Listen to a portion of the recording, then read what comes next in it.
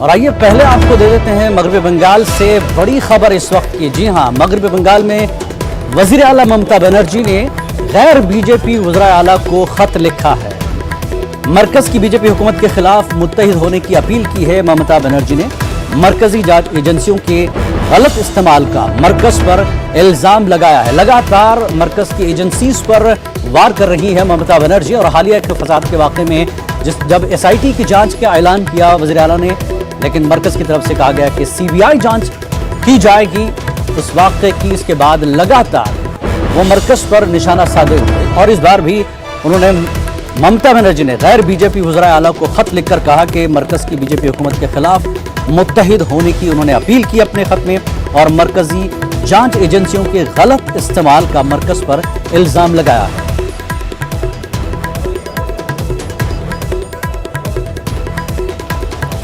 आइए मजीद जानकारी के लिए बात करते हैं। हमारे नुमाइंदे अबीर हमारे साथ जुड़ चुके हैं। अबीर, ममता बनर्जी ने एक बार फिर बाकायदा खत लिखा है, लेटर लिखा है उन चीफ मिनिस्टर्स को जहां बीजेपी की सरकार नहीं है, मरकज के खिलाफ क्या कुछ चल रहा है बंगाल में?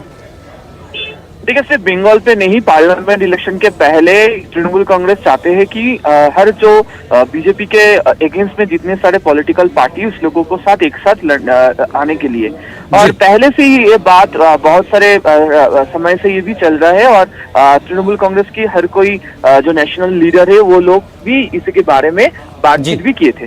लेकिन ये खत इम्पोर्टेंट इसलिए है क्योंकि ये दिखा जाता है कि बंगाल की तृणमूल कांग्रेस के बहुत सारे लीडर है उसके खिलाफ सेंट्रल एजेंसी CBI ED की तरफ से जांच चल रहे हैं और तृणमूल कांग्रेस की कहना है जितने सारे केस सेंट्रल एजेंसी की तरफ से बीजेपी के लीडर के अगेंस्ट है उसी के खिलाफ कोई कार्रवाई नहीं करते हैं ये सेंट्रल एजेंसी। तो इसीलिए ये लेटर इम्पोर्टेंट है।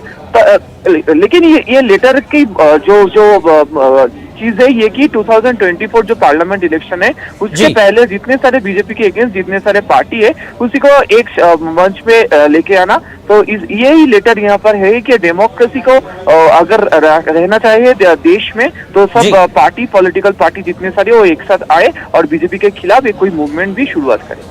जी अबीर, ये पहली बार नहीं है। ममता बनर्जी तो कई जो है लीडरों से मिल चुकी है। हालिया उन्होंने यूपी में जो है अखिलेश की मुहिम में हिस्सा लिया और वहां पर उन्होंने बात भी की। तो लगातार वो अपने जो हम ख्याल लोग हैं उनसे बातचीत कर रही हैं, लेकिन अब ये बाकायदा खत लिखकर उन्होंने कहा है, तो क्या इसके बाद और कुछ स्टेप लेने की तैयारी ममता बनर्जी की? देखिए, पिछले साल जब बंगाल में चुनाव था तब भी बहुत सारे बीजेपी के अगेंस्ट जितने सारे पार्टी है उसी पार्टी की तरफ से ममता बनर्जी को सपोर्ट भी किया थे। अरविंद केजरीवाल, अखिलेश यादव की जो मीटिंग है उसके लोगों के साथ ममता बनर्जी का बातचीत भी चलता रहे। ये अगर आने वाले दिनों में ये सोच रहे हैं कि ये सोर्सेज के मुताबिक हम लोग को जानकारी मिल रही है कि दिल्ली में या हैदराबाद में ये जो अपोजिशन पार्टी जितने सारे उसी को लीडर के लेके एक बैठक हो सकता है। तो लेकिन अभी भी ये कब होगा ये बैठक, इसका डेट अभी भी फैसला नहीं हुआ, लेकिन ये बैठक होने का एक चांस अभी भी है। जी बहुत बहुत शुक्रिया अबीर इस पूरी जानकारी के लिए। तो बहरहाल ममता बनर्जी एक बार फिर सख्त हो गई है मरकज की पॉलिसीज के लिए। खासकर ममता बनर्जी ने सेंट्रल एजेंसीज जो CBI और दीगर एजेंसीज है उसके खिलाफ उन्होंने निशाना साधा। कहा कि मरकज की जो बीजेपी हुकूमत के खिलाफ मुत्तहिद होने की उन्होंने अपील की है और मरकजी जांच एजेंसियों के गलत इस्तेमाल का इल्जाम उन्होंने लगाया है।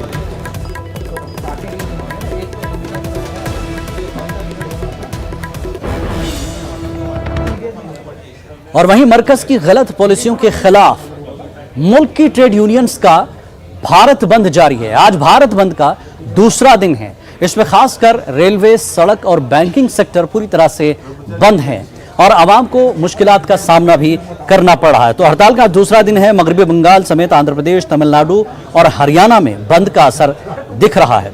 कई जगहों पर रेलवे, सड़क खिदमात और बैंकिंग मुतासर हुई है। मरकजी हुकूमत की जानिब से कौमी असासों की फरोख्त, मजदूर मुखालिफ लेबर कोड मुतारफ कराने और निजीकारी के प्राइवेटाइजेशन के खिलाफ मजदूर तंजीमें हड़ताल कर रही हैं, जिनका आज दूसरा दिन है।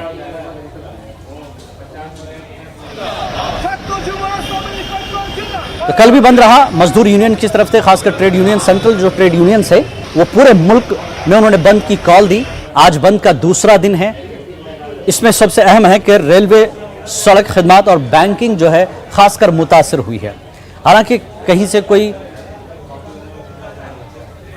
लड़ाई झगड़े की खबर नहीं है, कोई मुतासर नहीं हुआ, लेकिन बंद मनाया जा रहा है, बंद पुरअमन है एक तरह से। और इस वक्त हमारे नुमाइंदे इसाक आंध्र प्रदेश से हमारे साथ जुड़ चुके हैं। इसाक, ट्रेड यूनियंस ने कॉल दी है पूरे मुल्क में बंद का असर है। आंध्र प्रदेश में अक्सर कम्युनिस्ट पार्टियां शामिल रहती हैं, आगे रहती हैं इस तरह के बंद में, क्या कुछ वहां देखने को मिल रहा है?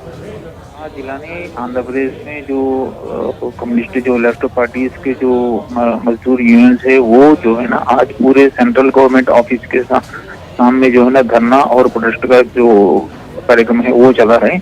और वही दूसरी तरफ जहाँ ट्रेड यूनियंस है उन्होंने की तरफ से जो है ना पूरी तरह से जहाँ हमाली वर्कर्स, जहाँ ऑटो ड्राइवर्स वर्कर्स है वो कुछ जगह पर हुए, वही दूसरी तरफ विशाखापट्टनम के जो स्टील फैक्ट्री के जो निजीकरण के खिलाफ जो है बंद वो आज दूसरी दिन भी चल रहा है। आंध्र प्रदेश के कई अजला में जहाँ पे ये लेफ्ट पार्टीज और ट्रेड यूनियंस की तरफ से जो है ना धरना प्रोटेस्ट अभी भी चल रहा है, शाम तक चलते रहेगा। किस तरह का असर देखा जा रहा है, किस तरह का असर देखा जा रहा है आंध्र प्रदेश में बंद का, और कितने लोगों को कितनी दिक्कतें इस वक्त? असर दिखाया जा रहा है जहां बैंक्स पूरे जो है ना बंद पड़े हैं, जो सरकारी तरफ से जो LIC जो है वहां पे खुले हैं, लेकिन दफ्तर में जो है ना एम्प्लॉइज नहीं है।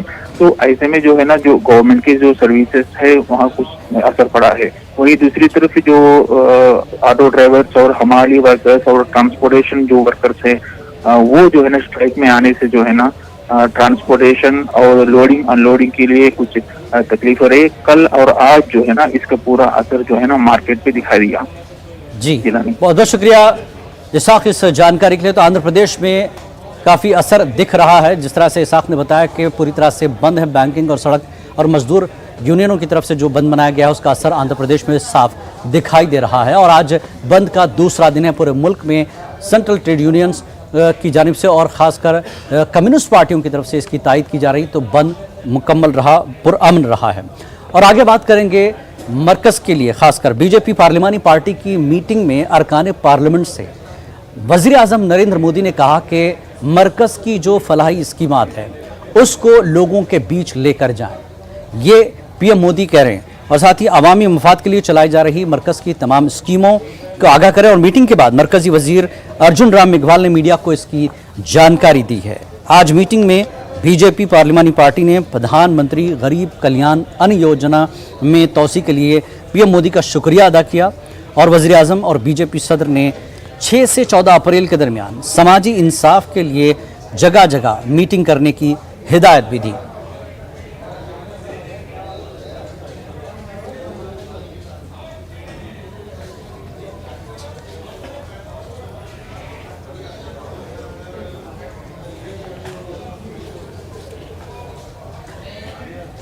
और अब खबर कुशीनगर से। कुशीनगर में बाबर की मुबैना लिंचिंग के तमाम चारों मुलजमीन को पुलिस ने गिरफ्तार कर लिया। और साथ ही मुतासरा खानदान के लिए योगी आदित्यनाथ ने 2 लाख रुपए मुआवजे का ऐलान भी किया है। CM योगी ने बाबर की हुई मुबैना लिंचिंग पर दुख का इजहार किया था और साथ ही अफसरान को मामले की अच्छी तरीके से जांच करने का हुक्म दिया था। बाबर ने उत्तर प्रदेश में बीजेपी की जीत के बाद खुशी में मिठाइयाँ तकसीम की थी और मुश्तइल पड़ोसियों ने उसकी पिटाई की थी, जिसके बाद अस्पताल में इलाज के दौरान बाबर की मौत हो गई थी।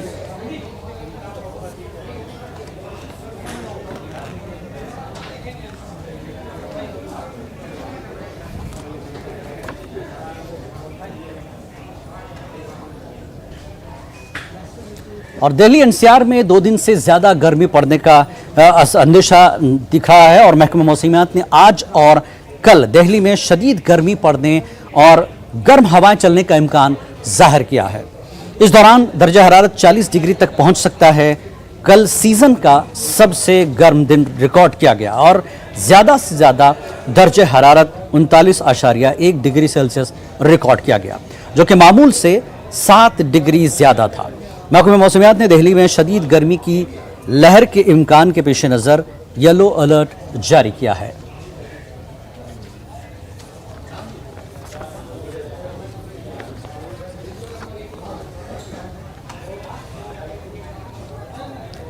आज फिर पेट्रोल और डीजल की कीमतों में इजाफा हुआ है। लगातार पिछले 4 से 5 दिनों में लगातार इजाफा हो रहा है। पेट्रोल और डीजल की कीमत में करीब 4 रुपए से ज़्यादा का इजाफा कर दिया गया। दिल्ली में पेट्रोल 80 पैसे और डीजल 70 पैसे फी लीटर महंगा हो गया है। जी हाँ, दिल्ली में 1 लीटर पेट्रोल की कीमत 100 रुपए के पार हो गई है। वहीं दिल्ली में 1 लीटर डीजल के लिए 91 रुपए 47 पैसे अदा करने होंगे। यह लगातार दूसरा हफ्ता है जब पेट्रोल और डीजल की कीमतों में इजाफा हो रहा है। तेल कंपनियों ने 22 मार्च से पेट्रोल और डीजल की कीमतों में इजाफा करना शुरू कर दिया था। तब से पेट्रोल की कीमत में 4 रुपए फी लीटर से ज्यादा का इजाफा हो गया है।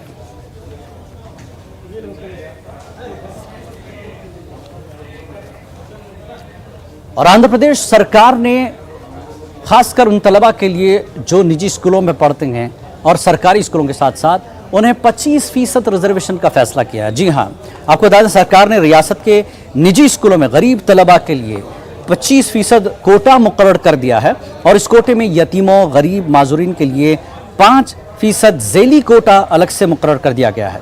तो वहीं एससी तबके के लिए 10%, एसटी के लिए 4% झेली कोटा है और अक़लियतों, बीसी और दीगर ज़ुमरे के लिए 6% झेली कोटा मुकर्रर किया गया है।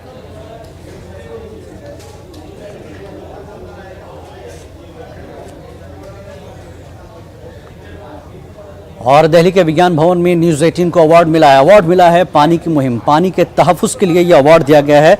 और इस मुहिम चलाने के लिए सदर जमहूरिया रामनाथ कोविंद ने न्यूज़ 18 को यह अवार्ड से नवाजा है और कहा कि बेस्ट कवरेज अवार्ड से नवाजा गया है। न्यूज़ 18 पानी के तहफ़्फ़ुज़ से मुल्क भर में अहम किरदार अदा कर रहे लोगों और तंजीमों को अपनी खुसूसी प्रोग्राम मिशन पानी में पेश करता आया है।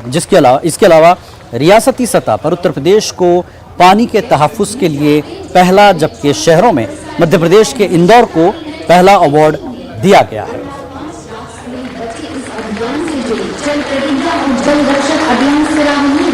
मिशन पानी के लिए खास वाटर एंड ड्रिंकिंग है। पानी की बर्बादी रोकने पर कवरेज प्रशंसनीय रहा।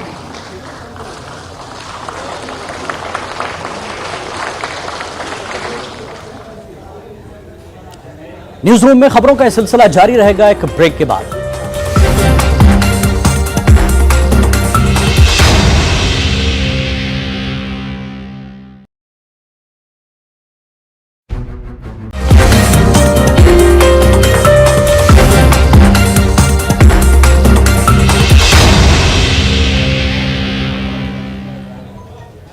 न्यूज़ रूम लाइव में एक बार फिर आप सभी का इस्तकबाल है। खबर है दिल्ली से। मजलिस इत्तेहादुल मुस्लिमीन का दिल्ली यूनिट का 1 साल मुकम्मल हो गया है और इस सिलसिले में आसपास के इलाकों से मजलिस इत्तेहादुल मुस्लिमीन के तमाम कारकुनान दिल्ली में जमा हो रहे हैं क्योंकि 1 साल मुकम्मल हुआ है मजलिस इत्तेहादुल मुस्लिमीन का। प्रोग्राम मुनक्किद किया गया। दिल्ली के मुख्तलिफ हिस्सों से इमाम के कारकुनान जमा हुए और मरकज़ में पार्टी को मजबूत करने और कारपोरेशन के इंतखाबात में अच्छी कारकर्दगी दिखाने के बारे में बातचीत हुई। दिल्ली में कारपोरेशन इंतखाबात को लेकर बहस थमने का नाम नहीं ले रही है। मरकजी हुकूमत की मदाखलत के बाद इंतखाबात कब होंगे ये भी तय नहीं है। तो दिल्ली इमाम के सदर कलीमुल हफीज़ ने दिल्ली कारपोरेशन इंतखाबात और हिजाब मामले पर बात की। कश्मीर फाइल्स को लेकर लगातार तनाज़ा चल रहा है। आज इम्तियाज जलील साहब ने भी अपनी तकरीर में इस मामले को उठाया और इल्ज़ाम लगाया कि वज़ीर आज़म खुद नफरत फैला रहे हैं। हमारे साथ मौजूद हैं इम्तियाज साहब। इम्तियाज साहब, कैसे कह सकते हैं कि वज़ीर आज़म नफरत फैला रहे हैं? वो तो इंसाफ की बात करते हैं। देखिए, एक फ़िल्म अगर बनी है और उस फिल्म को प्रमोट अगर मोदी जी खुद कर रहे हैं तो फिल्म मैंने तो नहीं देखी है, लेकिन जितना मैं सोशल मीडिया के ऊपर उस बारे में देख रहा हूँ, कहीं ना कहीं इस तरह से सोशल मीडिया के ऊपर प्रोजेक्ट किया जा रहा है कि पूरे मुसलमान ही ऐसे होते हैं करके, जबकि हकीकत ये है कि जिन लोगों ने अगर कुछ गलत किया है तो उनके ऊपर कार्रवाई होनी चाहिए उसमें। लेकिन आप एक फिल्म को प्रमोट करने के लिए कोई एक वज़ीर आज़म अगर सामने अगर आकर उसे प्रमोट कर रहा है तो कहीं ना कहीं उनका एक पॉलिटिकल एजेंडा वो उसमें कामयाबी उनको मिल रही है। इस वजह से वो आए हैं। वरना इस मुल्क के अंदर मोदी जी आकर ये क्यों नहीं कहे कि पेट्रोल और डीजल के भाव कहाँ चले जा रहे हैं करके, मैं बेरोजगारी के लिए है तो ये काम कर रहा हूं करके। इतनी फुर्सत है इस मुल्क के वजीर आजम को कि वो फिल्म को प्रमोट करने के लिए। ये जो फिल्म बनाई गई थी, 32 साल हो गए, इंसाफ नहीं मिला, तो कश्मीरियों का जो दर्द है, खासतौर से कश्मीरी पंडित जो अपना घर छोड़कर आए हैं, उस दर्द को दिखाने में गलत क्या है? इस मुल्क के तमाम लोग, चाहे वो कौन सी भी जाति, धर्म या मजहब से ताल्लुक रखने वाले हो, अगर कश्मीरी पंडितों के बारे में जो फिल्म में बताया गया है वो सही अगर है तो पूरी संवेदनाएं उनके साथ है। लेकिन उसके लिए मैं क्या कर सकता हूं? क्या मैं फिल्म देखकर है तो इसका हल निकालूंगा? क्या आप फिल्म में जाकर 3 घंटे बैठेंगे और उसका हल निकल जाएगा? ये हुकूमतों की जिम्मेदारी होती है। आप हुकूमत के अंदर बैठे हुए हैं, आपको फिल्म की जरूरत नहीं है। आप ये चैलेंज एक्सेप्ट करिएगा कि मैं लेकर जाऊंगा, मैं कश्मीरी पंडितों को लेकर जाकर वहां पर बसाने का, जिन्हें बेघर किया गया है, तो वहां पर ले जाने की जिम्मेदारी मेरी रहेगी करके। आप ये काम ना करते हुए आप कह रहे हैं कि नहीं जाओ पूरा देश देखो, 3 घंटे की फिल्म देख लो और उसके बाद ये मसले का हल हो जाएगा। तो मोदी जी, ऐसा मसले का हल नहीं होने वाला है। लेकिन सरकार तो काम कर रही है, सरकार काम कर रही है, काफी डॉक्यूमेंट भी जमा कराए गए हैं। बताइए कितने कश्मीरी, मैंने खुद ने है तो कई कश्मीरी पंडितों के इंटरव्यूज देखा है जो ये कह रहे हैं कि सिर्फ अपने जाती मफाद के लिए ये फिल्म को प्रमोट किया जा रहा है करके। अगर सरकार काम कर रही है तो पार्लियामेंट का सेशन ऑन है, चल रहा है पार्लियामेंट का सेशन। हम तो मोदी। तो ये थे इम्तियाज़ जलील एमपी औरंगाबाद, हमारे नुमाइंदे खुर्रम शहजाद ने खास बातचीत की और कश्मीर फाइल्स फिल्म पर उन्होंने अपने ख्यालात का इजहार किया और मरकज़ को तनकीद का निशाना भी बनाया। और अब आइए रुख करते हैं यूक्रेन रूस जंग का। यूक्रेन रूस एक साथ जंग के मैदान में बरसरे पैकार हैं, लेकिन वहीं दूसरी तरफ तुर्की में इस्तांबुल में मीटिंग दूसरे से पैकार हैं और दूसरी तरफ तुर्की में दोनों मुल्कों के नुमाइंदे बातचीत की मेज़ पर आमने सामने हैं। 2 हफ्तों के बाद दोनों मुल्कों के नुमाइंदे बातचीत की मेज़ पर हैं। तुर्की के सदर उर्दुगान की काविश के नतीजे में रूस और यूक्रेन के नुमाइंदे बातचीत के लिए सिलसिले को आगे बढ़ाने के साथ आए हैं। तुर्की के सदर ने इस मौके पर खिताब करते हुए कहा कि रूस और यूक्रेन से उसके देरीना मरासिम हैं, इसलिए इसकी जिम्मेदारी है कि वो दोनों के बीच सालिस का किरदार अदा करे। जंग को ख़त्म करना दोनों मुल्कों के हाथों में है। उर्दुगान ने मजीद कहा कि अमन के क़याम से किसी को खसारा नहीं होगा।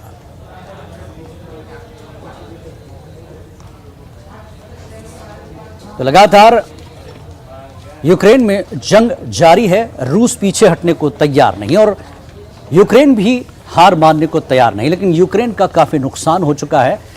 और अगर बात करें रूस की जंग की तो रूस पूरी तरह से हावी नहीं हो पाया है यूक्रेन पर। हमारे साथ मुहिबुल हक साहब इस आलमी उमूर के माहिर हैं, हमारे साथ जुड़ चुके हैं। मुहिबुल साहब, आपका इस्तकबाल है।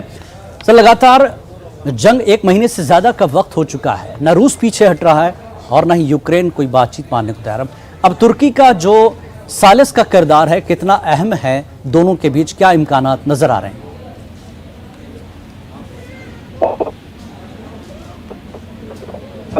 उसको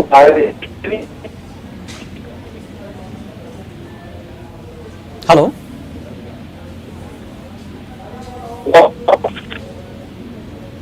मुहिब साहब, आपको मेरी आवाज आ रही है?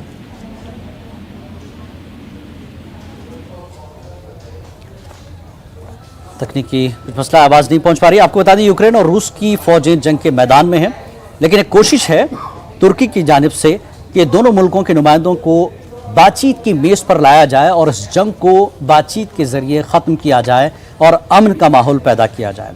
तो कितनी अहम होगी सदर उर्दुगान की काविश के नतीजे में रूस और यूक्रेन के नुमाइंदे बातचीत के सिलसिले को आगे बढ़ाने के साथ आए हैं। तो एक तरह उर्दुगान कोशिश कर रहे हैं कि इस जंग का कोई हल निकल आए और अमन का क़याम हो, क्योंकि यूक्रेन जंग से तकरीबन अड़ोस पड़ोस के ममालिक काफ़ी मुतासर हैं और यूरोपीय यूनियन भी काफ़ी मुतासर है एक तरह से। और रूस नहीं चाहता कि इस जंग को तवील किया जाए और अपनी शर्तें रख रहा है यूक्रेन के सामने। उन शर्तों पर यूक्रेन राज़ी नहीं है। और सबसे अहम बात यह है कि अब तुर्की ये कोशिश कर रहा है, उर्दुगान की ये कोशिश है कि दोनों ममालिक के वफ्द बातचीत की मेज़ पर आएँ, बातचीत के ज़रिए जंग के इस मामले को ख़त्म किया जाए और अमन के साथ इस मसले को हल किया जाए। बातचीत से मसले का हल हो सकता है, अमन का क़याम मुमकिन है। ये कोशिश तुर्की की तरफ से लगातार की जा रही है।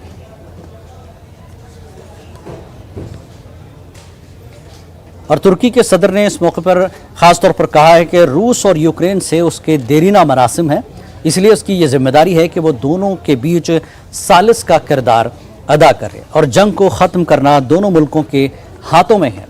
तो उर्दुगान ने मज़ीद कहा कि अमन के क़याम से किसी को खसारा नहीं होगा।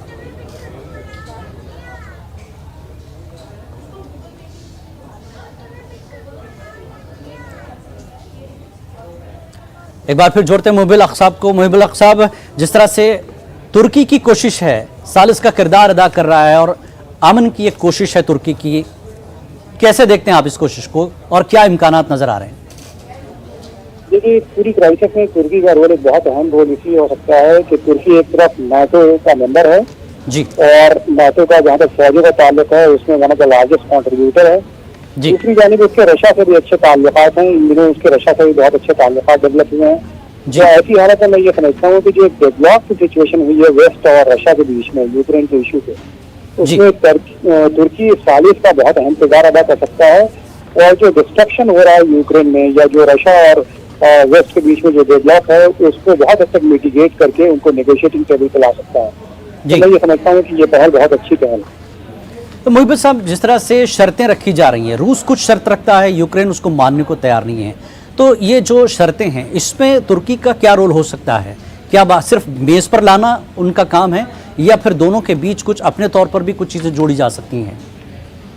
देखिए, जब नेगोशिएटिंग टेबल पे आते हैं तो टर्म्स एंड कंडीशन में फ्लेक्सिबिलिटी दोनों तरफ से आती है। और रशिया के लिए जो सबसे बड़ा चैलेंज है वो ये है कि जो सैंक्शन है उसके खिलाफ, और जिसे रघुराम राजन ने कहा कि ये इकोनॉमिक सैंक्शन था, basically economic weapons of mass destruction. अगर ये economic weapons of mass destruction है तो मैं ये समझता हूँ कि उससे बाहर निकलना चाहता है रशिया, और रशिया भी एक डिग्निफाइड एग्जिट चाहता है यूक्रेन से, जिस तरह का रेजिस्टेंस यूक्रेन में उसको मिल रहा है।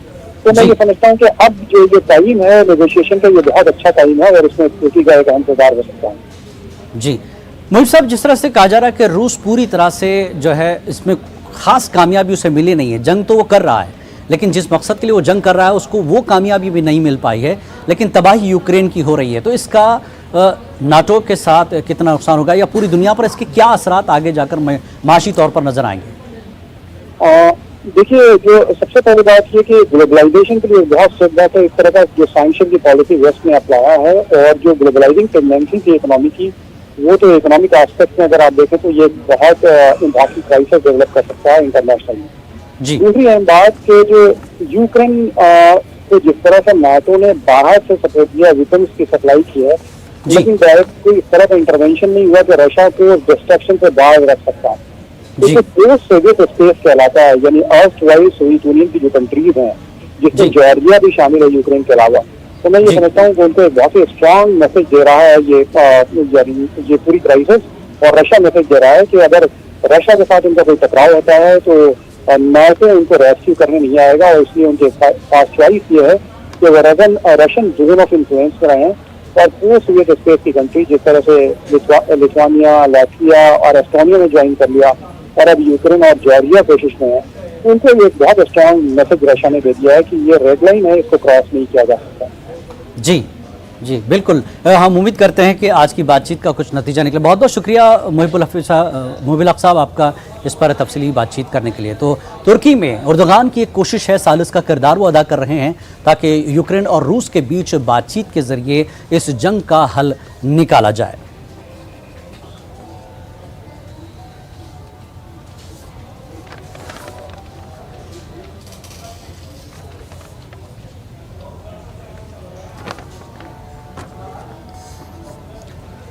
और एक खबर हम आपको देंगे मध्य प्रदेश से। जी हाँ, मध्य प्रदेश में हुकूमत की जानिब से तीर्थ दर्शन की स्कीम शुरू की जा रही है और इस ऐलान पर अब सियासत भी शुरू हो गई है। हुकूमत के ज़रिए 2 साल बाद शुरू की गई तीर्थ दर्शन स्कीम को जहां रियासत के अवाम के लिए अहम सौगात ताबीर किया जा रहा है, वहीं हुकूमत के ज़रिए काशी तीर्थ दर्शन के लिए जाने वाली खुसूसी ट्रेन में सीएम शिवराज सिंह के साथ काबीना वजीरों के जाने का भी ऐलान किया गया।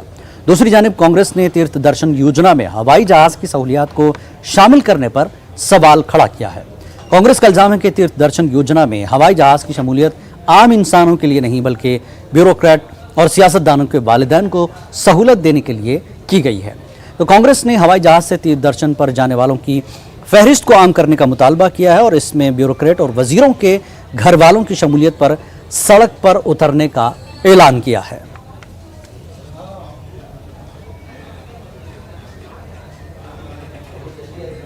तो न्यूज़ रूम लाइव में आज फिलहाल इतना ही। 2 बजे आपसे फिर होगी मुलाकात। आदाब।